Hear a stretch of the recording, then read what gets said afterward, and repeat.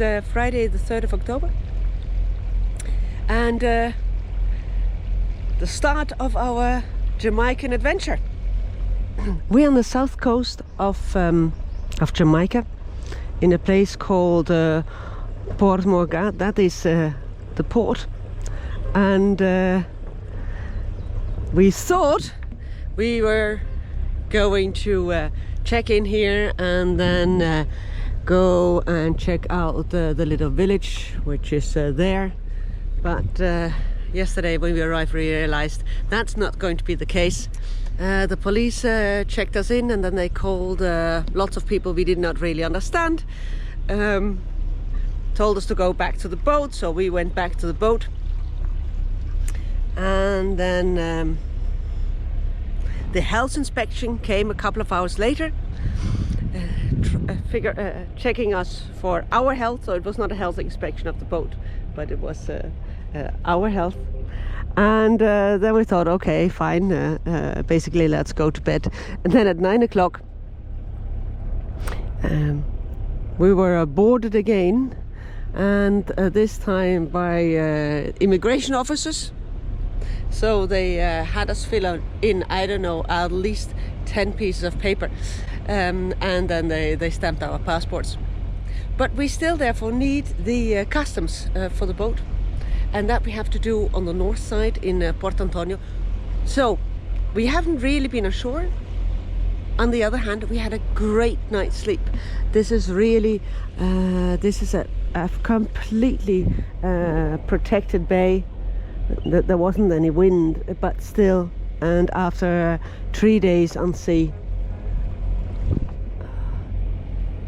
it's unbelievable how well you feel after just 8 hours of uninterrupted sleep.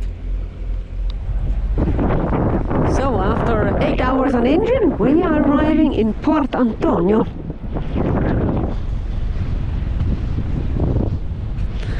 I already said it looks like Brazil, and it really does. Lush green islands. Now we are going to go at anchor in front of a marina.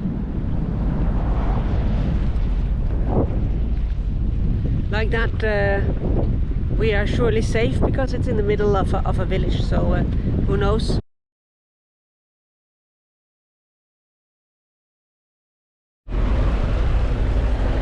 Goodbye Port Antonio. It's I would say, without knowing it, of course, because this is the first place that we have been in Jamaica, but it appears to me like a real Jamaican little city. It's Monday, and we actually wanted to leave yesterday on Sunday, but the paperwork wasn't in order yet. We were still waiting for a cruising permit, and we were not allowed to leave before that. So finally, Fabio called this morning, and they sent it by email. So we are out of here to the next place, which is 35 miles. There's no wind at all, so we're going to go for an engine. And after 6 hours of motoring, we just entered Oracabasa, which is also called the James Bond village. There I've got the Golden Eye Resort. The main road is called the James Bond Street, and there I've got a private airstrip called Ian Fleming. I suppose this is where Ian Fleming wrote his book, or at least got some inspiration.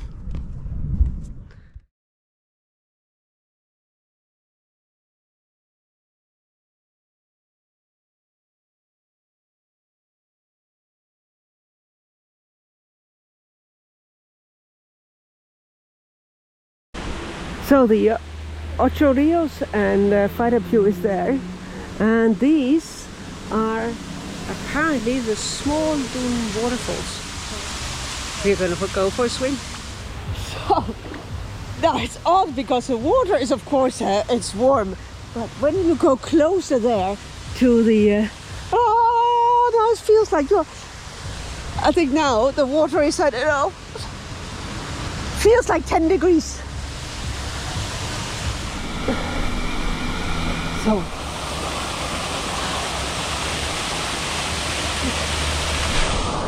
this is pretty cool. He's not convinced. Wow. Well, I said it was deep, but it's not that deep.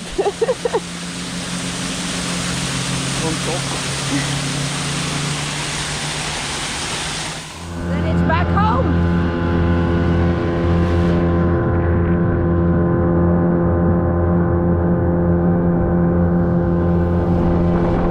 Ocho Rios is really a village made for the cruise ships. So it's this moment you set foot on land, you get offered weed and God knows what else.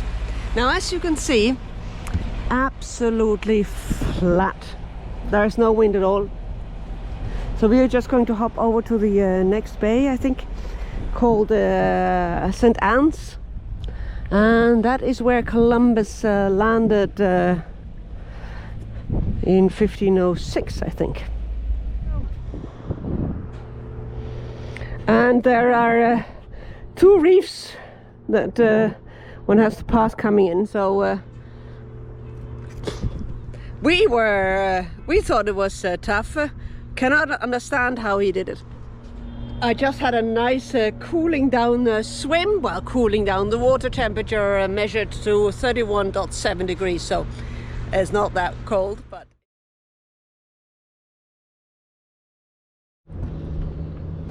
we are in Discovery Bay, it's called.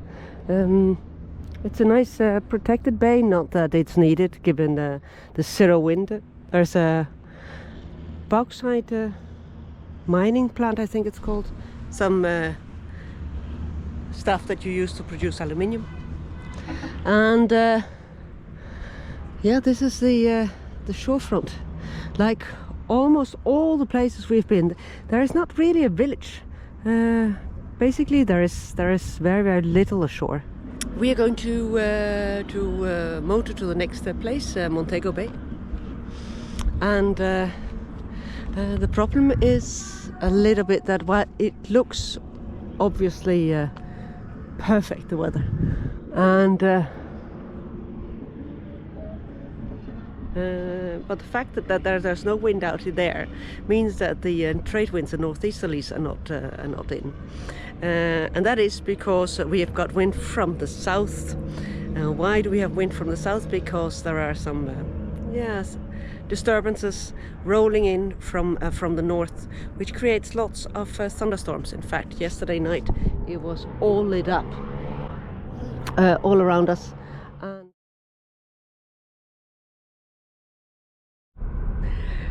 Good morning. It's Tuesday, the 14th of October, and I'm standing here with the Montego Yacht Club behind me, and downtown Montego Bay is there,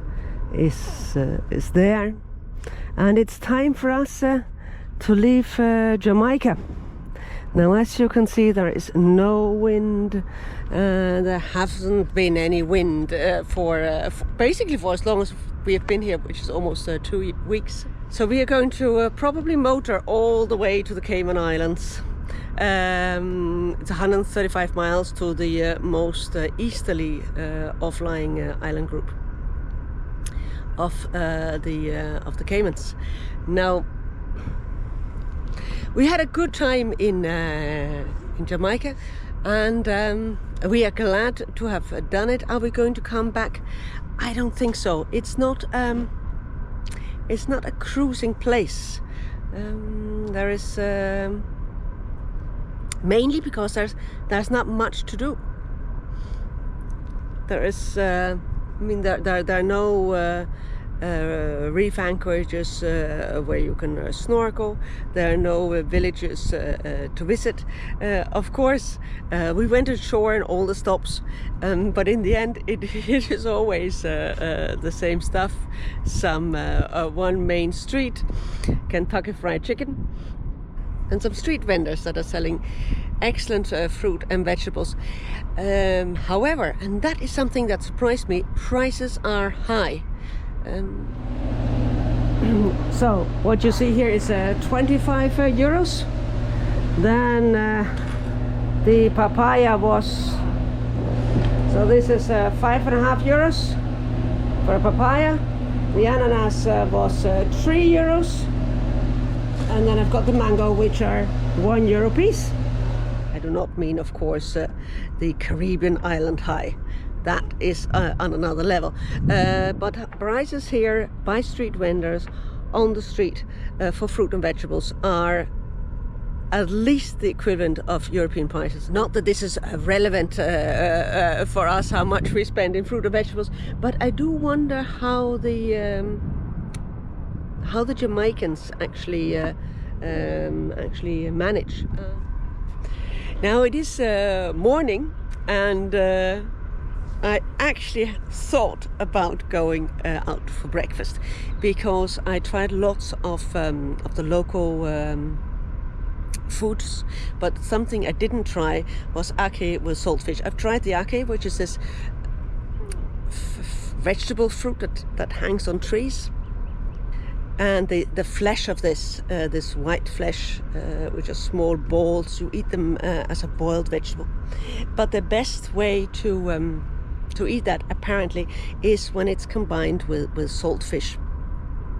So I tried to get that, but people keep telling me, man, that is breakfast. Now, I like experimenting, but one way or the other, this morning when I woke up at 7 o'clock, I thought, okay, am I really going to take a cab downtown to have ake with saltfish for breakfast, or is that a bridge too far? I decided the latter and made myself a cappuccino.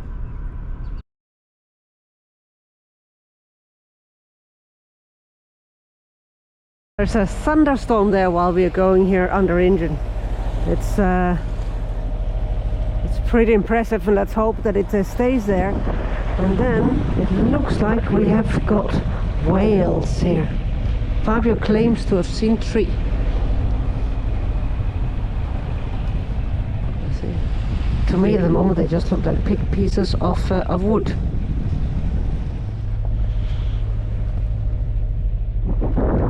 We left at 11, it's 5 o'clock now, so we've been underway for 6 hours. We took the main up because we had a little bit of wind, 4 or 5 knots, from a little bit from the front, so we thought that helps, maybe it helps half a knot. The half a knot that we lose to counter current. So we put the radar on, and here you can see the black thing outside. It looks like we're moving more or less at the same speed, these 5 knots, because it stays outside this 5 nautical mile rings, and it's moving towards the east a little bit. So at the moment it's fine.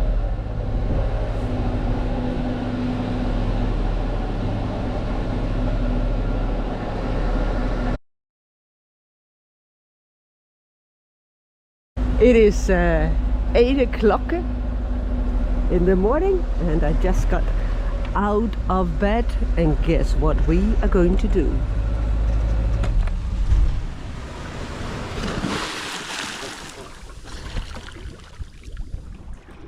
Non tocco.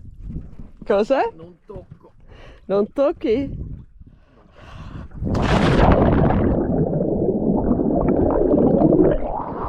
Galleggia.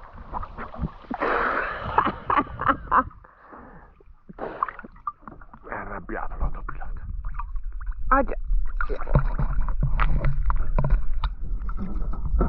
If you're afraid of heights, you shouldn't look underwater.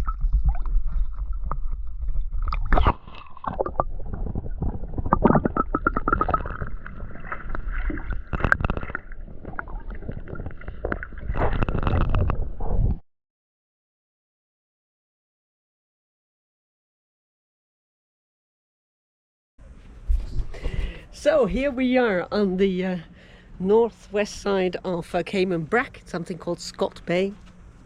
And we just had the customs and immigration on board, and we are all cleared. So now we can go swimming. Incredible clear water. It's 9-10 meters. We had to give them our spear gun. They said otherwise you're going to take all the groupers below your boat for dinner. Well, as you can see, it's an extremely flat island. I think the highest point is 40 meters. I asked the customs and immigration. They had many sailboats. I said, well, on average 10. I said, that's a month. He said, no, that's a year. And this year we're the first one after one in February. So it is not a visited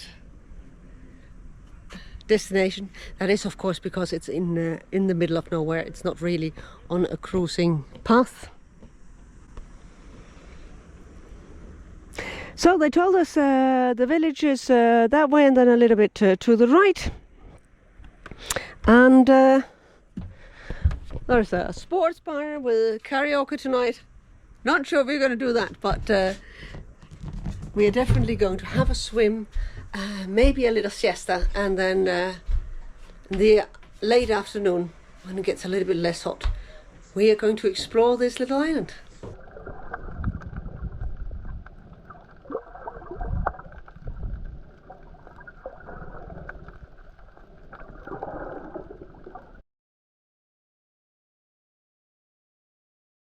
We are going out on a snorkeling trip.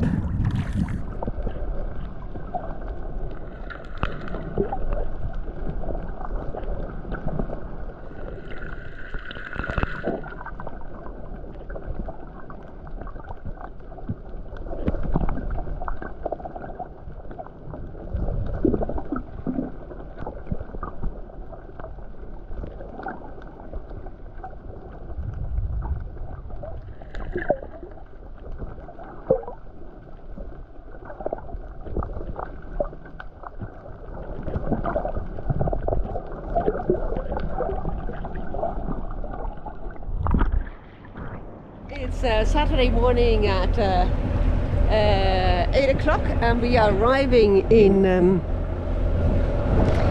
Grand Cayman. The Port Authority boat just approached us, asking us to put out fenders on port side and follow them.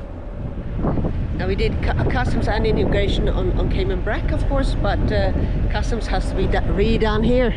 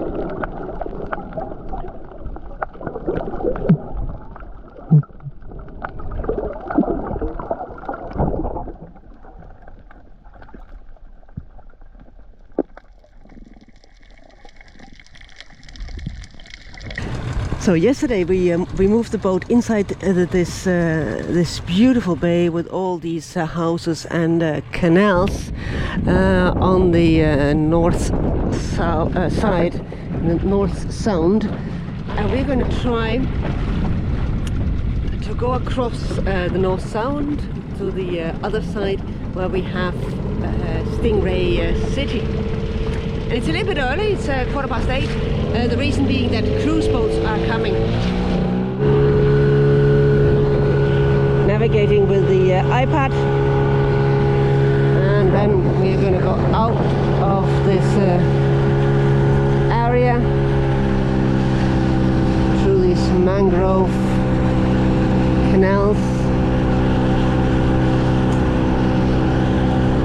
one house is even more majestically than the other. And so that's the other side of North Sound. That's where Stingray City is. It's 4 nautical miles. I think the dinghy does yeah, close to 10, so it should be a little half an hour. So here we are. It was half an hour. It was tough. There was a lot of short waves, but there they are, and the people feeding them, I think, with the squids. So welcome to Stingray City. And well, we came from somewhere over there. Just jumped in the water.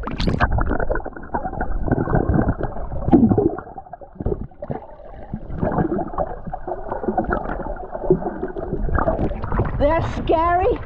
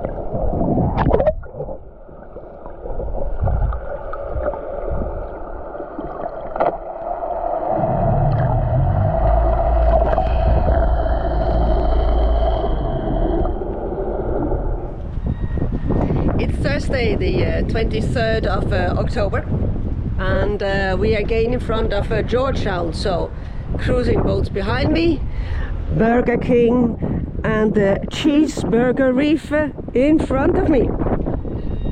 It started blowing a little bit, perhaps because also the weather gods knows that bad weather is coming. There is this Hurricane Melissa that is working its way into the western part of the Caribbean. At the moment it's still a tropical storm, but by Saturday, so in 2 days time, it might well develop into a hurricane. So we are going to escape from it and go west, which is a shame actually, because we kind of liked our days on the Caymans. They are really cool islands.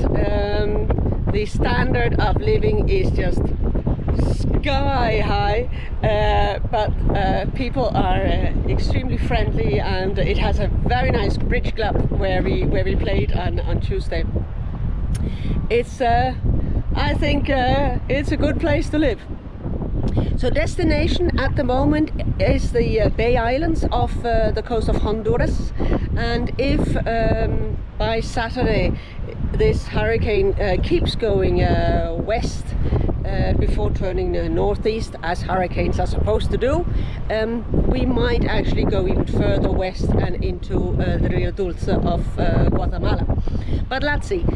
First destination is these Bay Islands, and the distance is 320 nautical miles, which means that we'll need to do it in 2 nights. We don't want to arrive at nightfall. So leisurely we're going to check out here. We're going to get our spear gun back and then it's off to the Bay Islands. The wind from behind, so we'll just have to jib a couple of reefs from the main and then go sailing.